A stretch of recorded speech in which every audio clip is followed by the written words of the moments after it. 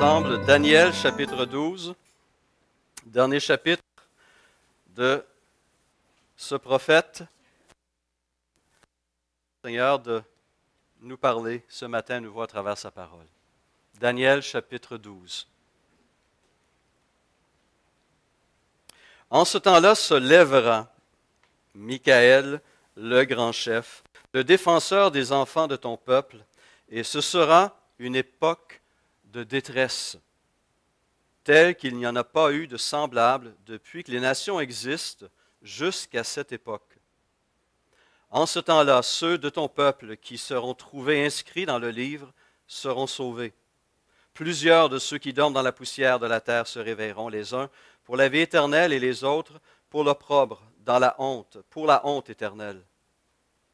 Ceux qui auront été intelligents brilleront comme la splendeur du ciel, et ceux qui auront enseigné la justice à la multitude brilleront comme les étoiles à toujours et à perpétuité. Toi, Daniel, tiens secrètes ces paroles et scelle le livre jusqu'au temps de la fin. Plusieurs alors le liront, et la connaissance augmentera. Et moi, Daniel, je regardais, et voici, deux autres hommes se tenaient debout, l'un en deçà du bord du fleuve, l'autre au-delà du bord du fleuve. L'un d'eux dit à l'homme vêtu de lin qui se tenait au-dessus des eaux du fleuve, « Quand sera la fin de ces prodiges? » Et j'entendis l'homme vêtu de lin qui se tenait au-dessus des eaux du fleuve. Il leva vers les cieux sa main droite et sa main gauche, et il jura par celui qui vit éternellement que ce sera dans un temps, des temps et la moitié d'un temps, et que toutes ces choses finiront quand la force du peuple saint sera entièrement brisée. J'entendis, mais je ne compris pas. Et je dis, mon Seigneur, quelle sera l'issue de ces choses? Et il répondit, va, Daniel, car ces paroles seront tenues secrètes et scellées jusqu'au temps de la fin. Plusieurs seront purifiés, blanchis et éprouvés. Les méchants feront le mal et aucun des méchants ne comprendra, mais ceux qui auront de l'intelligence comprendront. Depuis le temps où cessera le sacrifice perpétuel et où sera dressée l'abomination du dévastateur, il y aura 1290 jours. Heureux celui qui attendra et qui arrivera jusqu'à 1335 jours. Et toi, marche vers ta fin. Tu te reposeras et tu seras debout pour ton héritage à la fin des jours. Seigneur, merci pour ta parole, merci pour ce que tu nous as permis de découvrir au cours des derniers mois à travers ce survol de ton prophète, ton serviteur, ton porte-parole Daniel. Merci pour sa vie et pour son service, pour ses actions et ses paroles. On te prie que ces dernières paroles puissent à nouveau nous inspirer, nous parler, nous encourager et nous garder attachés à toi avec assurance, avec paix. Amen. Lève-toi, rasseoir. Alors, nous avons commencé cette aventure de Daniel il y a presque un an et demi, début janvier de l'année dernière. Et ce voyage dans cette parole nous a permis de mieux connaître cet homme, un serviteur extraordinaire, exceptionnel, un homme qui, à l'âge de 15 ans, autour de 15 ans, s'est fait arracher à sa famille, arracher à sa nation, s'est retrouvé un réfugié, un exilé à Babylone, où on l'a inscrit à l'université, n'est-ce pas? Le roi l'a inscrit à l'université de Babylone, où il a suivi des études pendant 3 ans, ce qui a permis de se préparer aux plus hautes fonctions gouvernementales au cœur même de l'Empire babylonien. Durant tout le restant de cet empire et la puissance qui a succédé, l'empire médo-perse. Un homme qui a été fidèle au poste au moins 70 ans. 70 ans de service. Une vie exceptionnelle d'un homme de foi, un homme de prière, un homme attaché aux Saintes Écritures qu'il sondait régulièrement pour tirer lumière et instruction. et un homme que Dieu a utilisé pour révéler à son peuple ce qui allait se passer au cours des siècles qui allaient suivre le départ de Daniel. Et nous avons aussi une lumière sur la fin des temps. Et dans ce dernier chapitre, justement, de Daniel, nous trouvons plusieurs fins. La fin du service de Daniel, la fin de sa parole prophétique. On y lit aussi la fin du peuple de Dieu et de ceux et celles qui auront résisté à la parole de Dieu et à Dieu lui-même. Et si on pourrait résumer ce chapitre en 3 mots, on pourrait parler de résistance, de résurrection et de rétribution. Regardons ce texte donc sous ces 3 angles. D'abord sous l'angle de la résistance. Il faut être honnête, la dernière section de Daniel qui va du chapitre 10 au chapitre 12, un seul événement qui est raconté, une parole prophétique sur 3 chapitres, nous dresse un portrait qui glace le sang. Daniel nous parle de souffrance, de guerre, de persécution. Il précise en disant qu'il y aura des chefs qui viendront attaquer le peuple et en mettre plusieurs à mort, que le peuple de Dieu connaîtra des périodes sombres, terrifiante à travers son histoire. Verset 1er, il commence ainsi au chapitre 12. « En ce temps-là se lèvera Michaël, le grand chef, le défenseur des enfants de ton peuple, et ce sera une époque de détresse, telle qu'il n'y en a point eu de semblable depuis que les nations existent jusqu'à cette époque. » Au verset 7, « Toutes ces choses finiront quand la force du peuple saint sera entièrement brisée. » Verset 10, « Plusieurs seront purifiés, blanchis et éprouvés. Les méchants feront le mal, et aucun des méchants ne comprendra, mais ceux qui auront de l'intelligence comprendront. » Nous savons qu'à travers ces prophéties, Daniel pointait vers, entre autres, un chef sadique, cruel, sanguinaire, Antiochus Épiphane, qui était le modèle d'une série de dictateurs, de dominateurs qui, à travers les siècles, vont persécuter le peuple de Dieu. Et cette période, au 2e siècle avant Jésus-Christ, était une période extrêmement sombre pour le peuple de Dieu, pour Israël.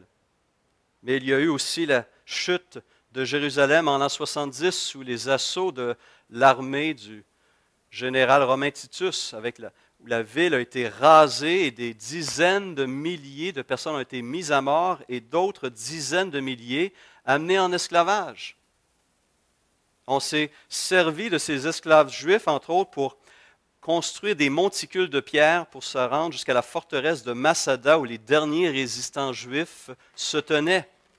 Et si vous visitez Masada aujourd'hui au sud de la mer Morte, vous allez encore voir des traces de ces remparts le long de cette montagne. Des périodes sombres marquées par la persécution et par la mort. On peut parler bien sûr de la Deuxième Guerre mondiale.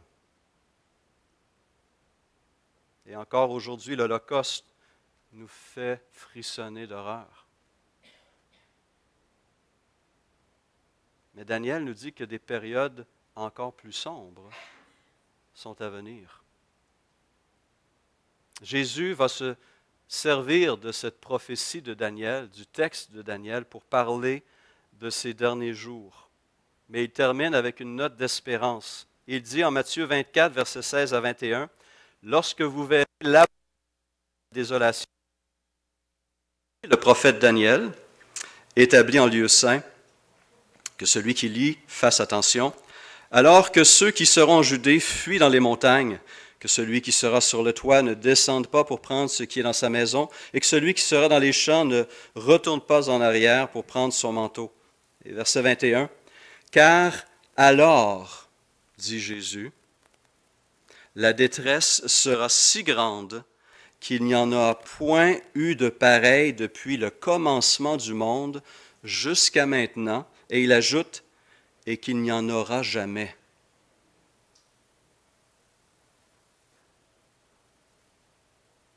Mais il y a le verset 22. Et si ces jours n'étaient abrégés, personne ne serait sauvé, mais à cause des élus, ces jours seront abrégés. Une période de profonde souffrance, de résistance mortelle à l'autorité de Dieu et au peuple de Dieu.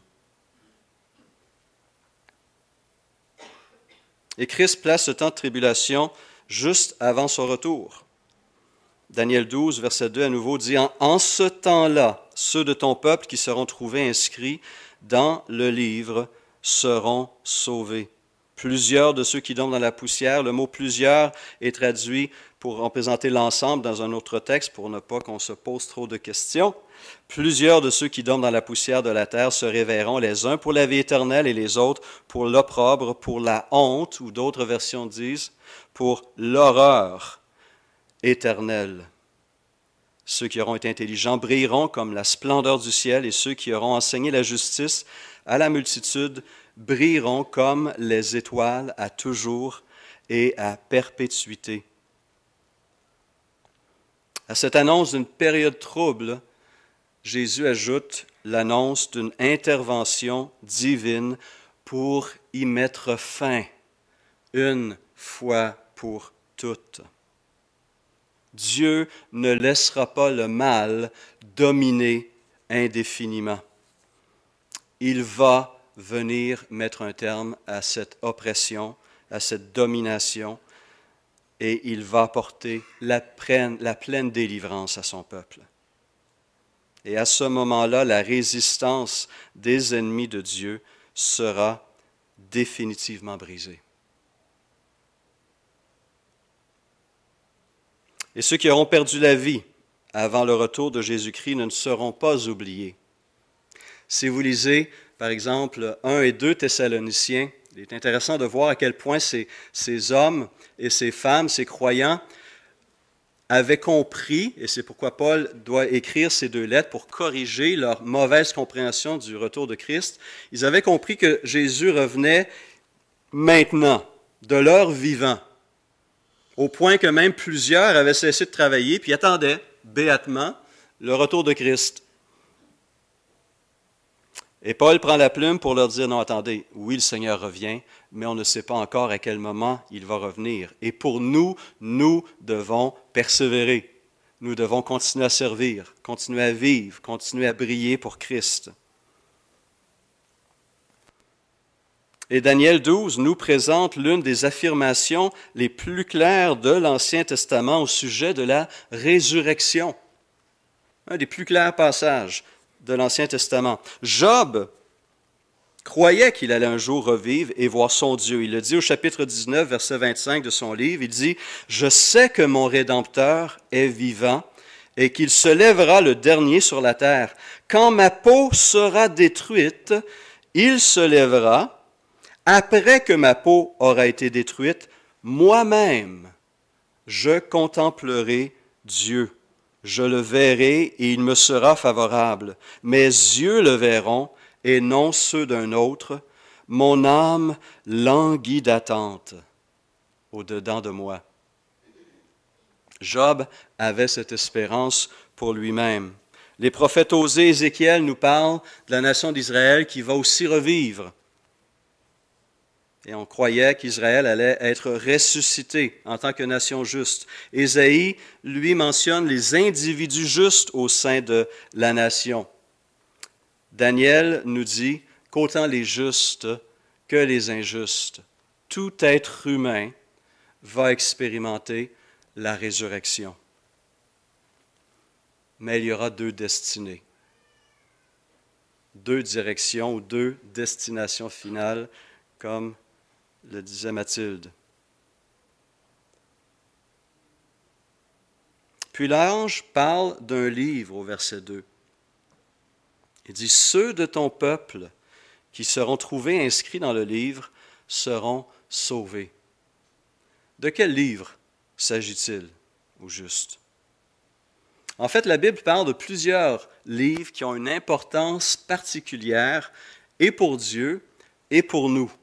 On a un épisode assez intéressant dans le livre de Malachie, chapitre 3, verset 14. Écoutez ce que ce prophète raconte où il présente justement deux groupes d'hommes et ce qui va se passer. Un premier groupe d'hommes décide de rejeter complètement Dieu parce que ça ne donne rien de suivre Dieu selon eux. Ils ont même mis Dieu à l'épreuve et puis il n'y a rien qui s'est passé. Donc Dieu, il n'est pas là, il n'existe pas, il est mort, il est une force insignifiante. Voici ce qu'ils disent, ces hommes. C'est inutile de servir Dieu. Qu'avons-nous gagné à respecter ses ordres et à marcher dans le deuil à cause de l'Éternel, le Maître de l'univers? Maintenant, nous déclarons heureux les hommes arrogants. Oui, ceux qui font le mal prospèrent. Ils mettent Dieu à l'épreuve et ils en réchappent. Quelle folie! Et voici le deuxième groupe. Alors ceux qui craignent l'Éternel se parlèrent l'un à l'autre. Regardez ce que Malachie écrit. L'Éternel fut attentif et il écouta. Un livre de souvenirs fut écrit devant lui pour ceux qui craignent l'Éternel et qui respectent son nom. Et l'Éternel parle et dit ceci. Ils seront à moi. Ils seront à moi, dit l'Éternel, le Maître de l'univers. Ils m'appartiendront le jour que je prépare. J'aurai compassion d'eux comme un homme a compassion de son fils qui le sert, et vous verrez de nouveau la différence entre le juste et le méchant, entre celui qui sert Dieu et celui qui ne le sert pas. Il y en a qui voient le silence de Dieu ou son apparente inaction, quoiqu'il est profondément actif. S'il n'était pas actif, nous cesserions même d'exister car il nous soutient quotidiennement et il soutient toute sa création à chaque instant. Dieu agit de bien des manières.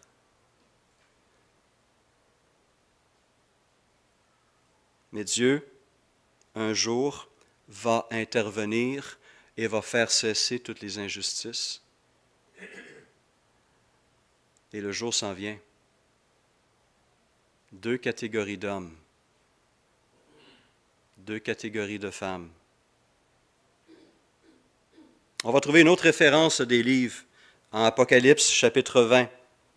À partir du verset 11, on lit ceci. « Puis je vis un grand trône blanc, et celui qui était assis dessus. La terre et le ciel s'enfuirent devant sa face, et il ne fut plus trouvé de place pour eux. Et je vis les morts, les grands et les petits, qui se tenaient devant le trône. Des livres furent ouverts, et un autre livre fut ouvert, celui qui est le livre de vie. Et les morts furent jugés selon leurs œuvres, d'après ce qui était écrit dans ces livres. La mer en dit les morts qui étaient en elle, la mort et le séjour des morts en dirent les morts qui étaient en eux, et chacun fut jugé selon ses œuvres. Puis la mort et le séjour des morts furent jetés dans les temps de feu. C'est la seconde mort, les temps de feu. Quiconque ne fut pas trouvé écrit dans le livre de vie fut jeté dans les temps de feu. Ce livre de vie est donc le registre divin des élus, le registre de ceux qui sont sauvés, de ceux qui sont les futurs citoyens de la cité de Dieu, la Nouvelle Jérusalem. Et parlant de cette ville, Jean écrira un petit peu plus loin en Apocalypse 21, 27, « Il n'entrera chez elle rien de souillé, ni personne qui se livre à l'abomination et au mensonge. Il n'entrera que ceux qui sont écrits dans le livre de vie de l'agneau. » Jean apporte une précision additionnelle. Ce livre de vie est le livre de vie de l'agneau. c'est lui qui tient ce registre. Et ce registre, ces noms, sont ceux qui ont justement un rapport avec l'agneau de Dieu, qui ôte les péchés du monde. Qu'est-ce qui suivra cette résurrection? La rétribution de tous et chacun. D'abord, des récompenses. Ceux qui auront été fidèles à la voix de Dieu, ceux qui auront servi le Seigneur avec obéissance, qui auront maintenu leur marche dans ses voies, verront leur fidélité récompensée. Et c'est cette pensée qui animait l'apôtre Paul dans son ministère, qui l'amenait à offrir le meilleur de lui-même, le meilleur de ses capacités. Il dit en 2 Corinthiens 5,9, il dit « Nous nous efforçons de lui être agréables, soit que nous demeurions dans ce corps, soit que nous le quittions, car il nous faut tous comparaître devant le tribunal de Christ, afin que chacun reçoive selon le bien ou le mal qu'il aura fait, étant dans son corps. » Et c'est à la fin de son enseignement le plus important, le plus développé sur la résurrection, 1 Corinthiens 15, qu'on trouve cette exhortation. Ainsi, mes frères bien-aimés, soyez fermes, inébranlables, travaillant de mieux en mieux à l'œuvre du Seigneur, sachant que votre travail ne sera pas vain dans le Seigneur. Pourquoi ce ne sera pas vain? Apocalypse 14, 13 nous donne un aperçu. Il dit, nos œuvres nous suivent. Intéressante parole. Nos œuvres nous suivent.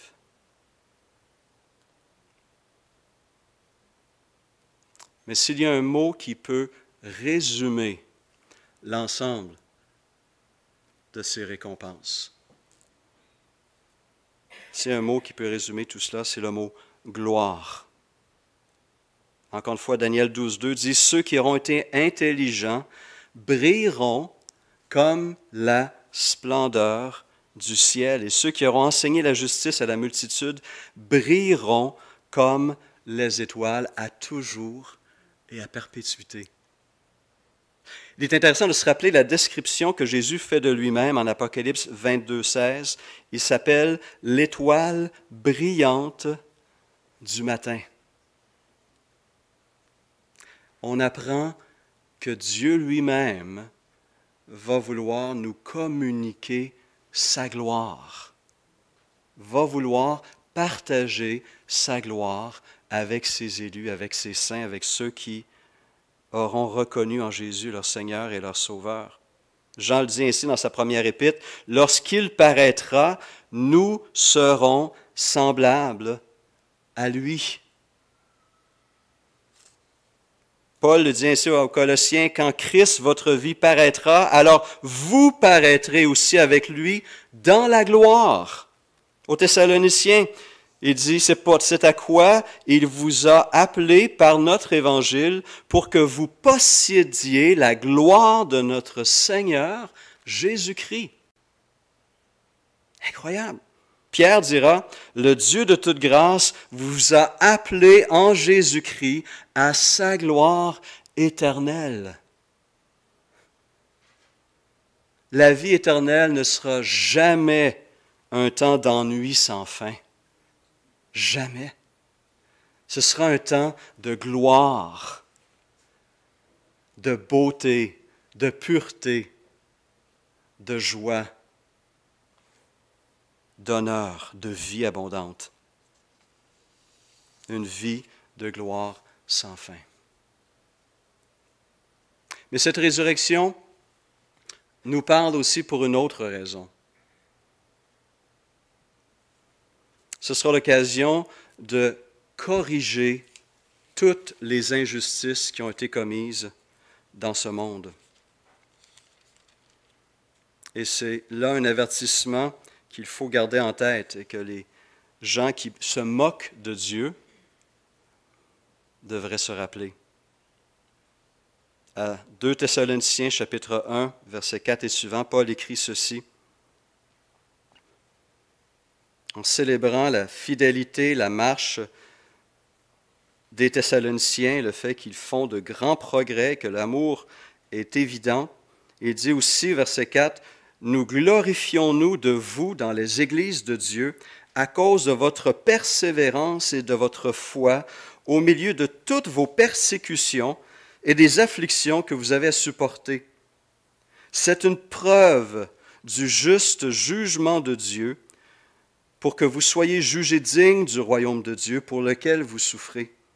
Car il est de la justice de Dieu de rendre l'affliction à ceux qui vous affligent et de vous donner, à vous qui êtes affligés, du repos avec nous, lorsque le Seigneur Jésus apparaîtra du ciel avec les anges de sa puissance, au milieu d'une flamme de feu, pour punir ceux qui ne connaissent pas Dieu et ceux qui n'obéissent pas à l'évangile de notre Seigneur Jésus. Ils auront pour châtiment une ruine éternelle, loin de la face du Seigneur et de la gloire de sa force, lorsqu'il viendra ce jour-là pour être glorifié dans ses saints et admiré dans tous ceux qui auront cru, car notre témoignage auprès de vous a été cru. Ce texte devrait faire trembler des gens, mais pas nous.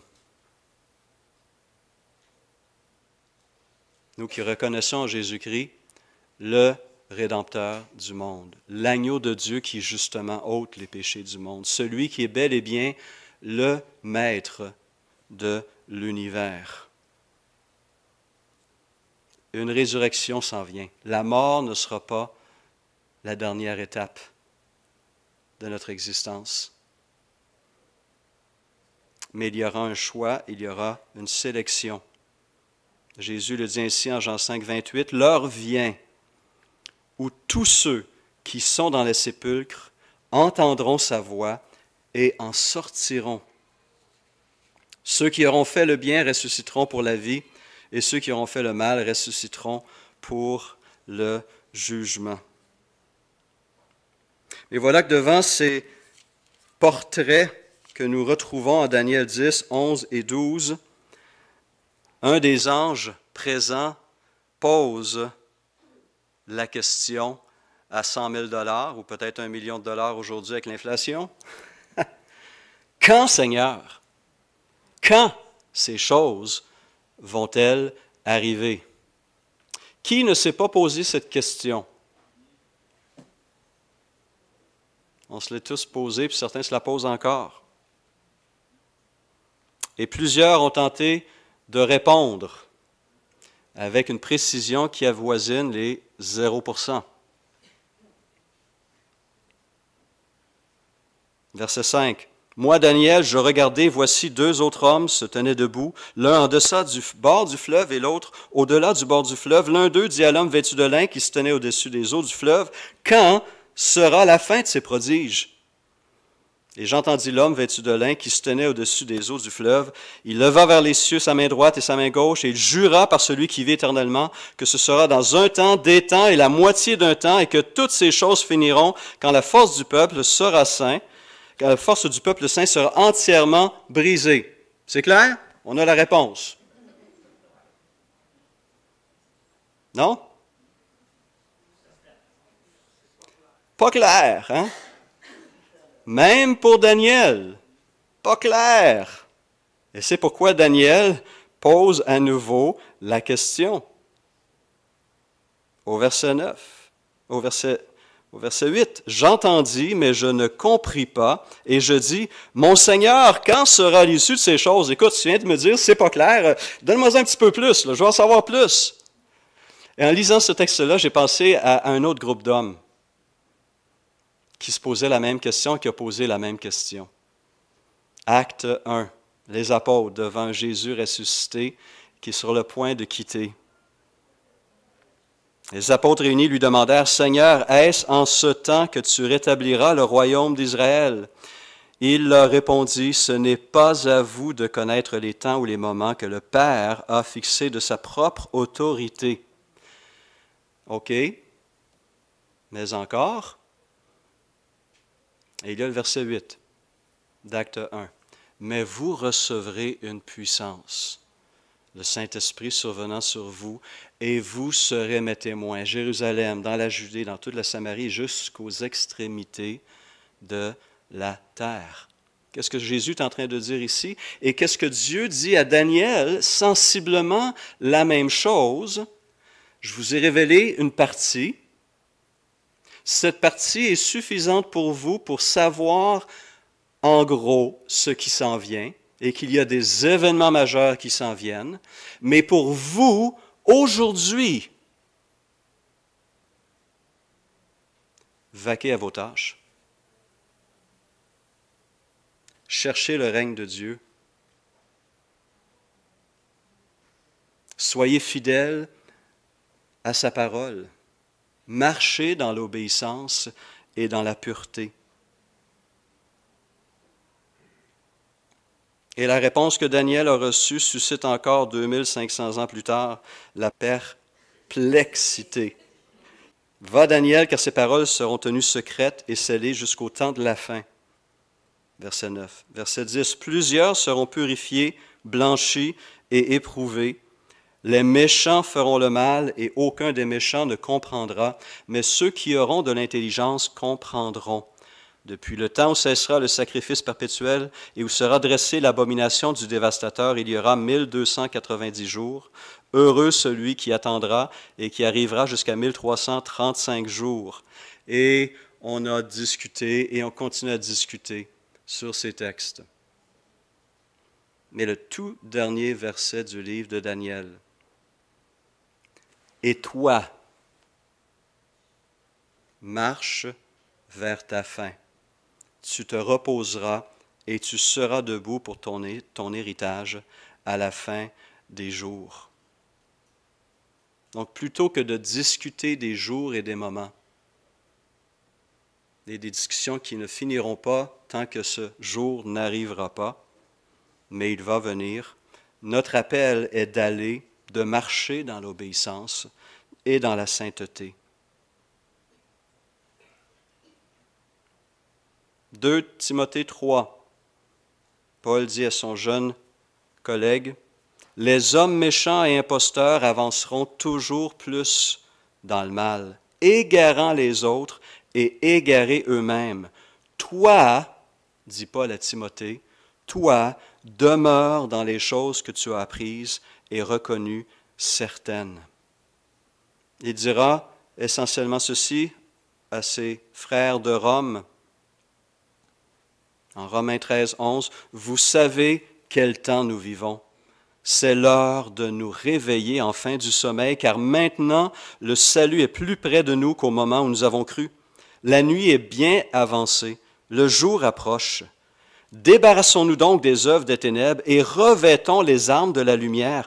Conduisons-nous honnêtement, comme en plein jour, sans orgie ni ivrognerie, sans immoralité ni débauche, sans dispute ni jalousie. Mais revêtez-vous du Seigneur Jésus-Christ et ne vous préoccupez pas de votre nature propre pour satisfaire ses convoitises. » Les ignorants vont demeurer dans leur ignorance, mais les croyants garderont leurs yeux ouverts à la vérité de la parole de Dieu. Et ce qui est encore obscur, ce qui n'est encore pas clair, et encore une fois, nous ne sommes pas les seuls. Regardons les chefs religieux qui avaient leur Messie devant les yeux, qui avaient ces prophéties depuis des siècles qui avaient été données, qui avaient ces miracles et ces attestations, n'ont pas vu la réalisation de ces prophéties. Même les apôtres n'ont pas saisi toutes ces annonces de Jésus sur le coup. Et pour plusieurs, ce sera lorsque nous serons dans ces choses que la lumière, la pleine lumière va se faire. Mais nous avons assez d'éléments pour savoir que ces choses arrivent. Et nous devons rester prêts, qu'importe le moment. Alfred Kuhn écrit ceci, « Le message lui-même est infiniment plus important que les calculs, parfois ingénieux, souvent hasardeux et arbitraires, toujours en porte-à-faux avec les paroles du Seigneur qui affirmaient l'impossibilité de connaître la date fixée par le Père Céleste et connue de lui seul. » Notre question pour nous, aujourd'hui, sommes-nous prêts à ce retour? Est-ce que notre nom est écrit dans ce livre de vie de l'agneau? Avons-nous reconnu en Jésus-Christ le Messie promis, la seule mais parfaite solution à nos problèmes les plus grands comme les plus petits? Et ce matin, nous célébrons la table du Seigneur.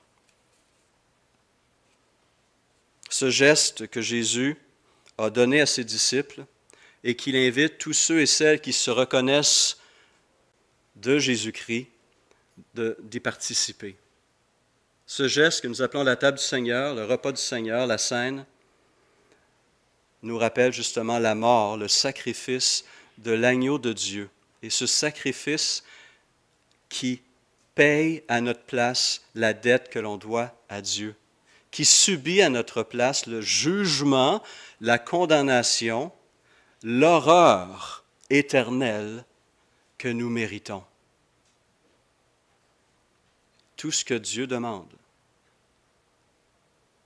ce à quoi Jésus s'attend, c'est que nous confessions son nom, que nous reconnaissions qu'il n'y a qu'un seul nom sous les cieux qui a été donné aux hommes, Jésus-Christ, qu'il y a une seule solution pour recevoir le pardon de nos péchés, Jésus-Christ, et qu'il a subi cette pleine condamnation et ce jugement à notre place sur la croix il y a 2000 ans.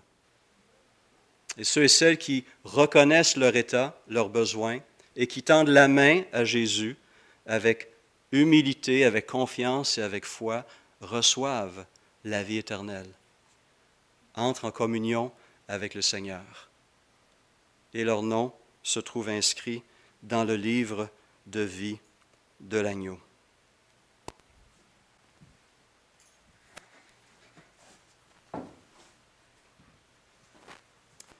Cette semaine, j'ai eu une conversation assez intéressante avec un jeune homme qui a découvert l'Église à travers une visite sur notre site web. Et lui-même sonde les Écritures depuis un certain temps et se préoccupe sur un nombre de choses, entre autres le péché impardonnable, le blasphème contre le Saint-Esprit. Et ce jeune homme craignait de commettre, il avait tout le temps cette crainte dans son esprit, d'avoir commis le péché impardonnable. Mathilde, si tu veux te joindre à moi. Et je lui ai rappelé qu'essentiellement, ce péché impardonnable ne peut être commis par un enfant de Dieu. Parce qu'essentiellement, ce péché impardonnable, le seul péché pour lequel Christ n'est pas mort, c'est le rejet de son œuvre pour nous sur la croix. Si je rejette Christ, il n'y a aucun autre salut permis, possible. Et si Christ est mon Seigneur et mon Sauveur, je demeure pécheur, nous le demeurons tous, mais Dieu travaille pour nous libérer. Et une des promesses de la parole, une de ses plus belles paroles, qui est possible grâce au sacrifice, grâce à la mort de Jésus-Christ sur la croix il y a 2000 ans, est Romains chapitre 8, verset 1er, qui dit ceci. Il n'y a plus de condamnation. Je répète, il n'y a plus de condamnation pour ceux qui sont en Jésus-Christ. Christ a subi cette condamnation à notre place. Il a payé le prix de notre injustice et nous a donné sa justice. Et par sa mort sur la croix, et par notre identification et notre réception de ce cadeau, nous sommes que les mendiants qui tendons la main ouverte. En recevant ce cadeau, nous recevons la vie, le pardon, la grâce et l'amour d'un Dieu bon, riche, saint, juste. Si vous avez reçu ce cadeau, cette table aussi est votre table. Et je vous invite à y participer. Mathilde, vas-tu prier pour le pain, s'il te plaît? Merci, Seigneur, pour ce corps que tu as livré pour nous. Puisses-tu, Seigneur, nous montrer comment tu nous purifies. Merci de bénir ce pain. Merci pour ce sacrifice vivant. qu'on puisse comprendre plus de jour en jour. Au nom de Jésus. Amen. Amen.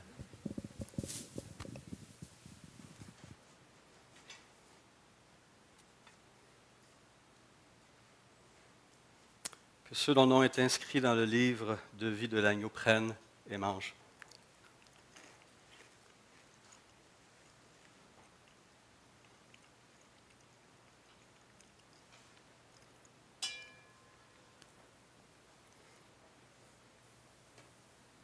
Le corps de Christ a été brisé pour nous. Le sang de Christ a été versé pour nous. Prenons. Condamnation. Aujourd'hui, par sa vie en nous, il poursuit ce salut en nous délivrant des liens du péché à travers la sanctification. Et comme nous l'avons vu avec Daniel, Jésus va compléter son œuvre à son retour. Et cette doctrine qui parle de résurrection s'appelle la glorification, à laquelle nous participerons tous. À Dieu soit la gloire au siècle des siècles. Amen.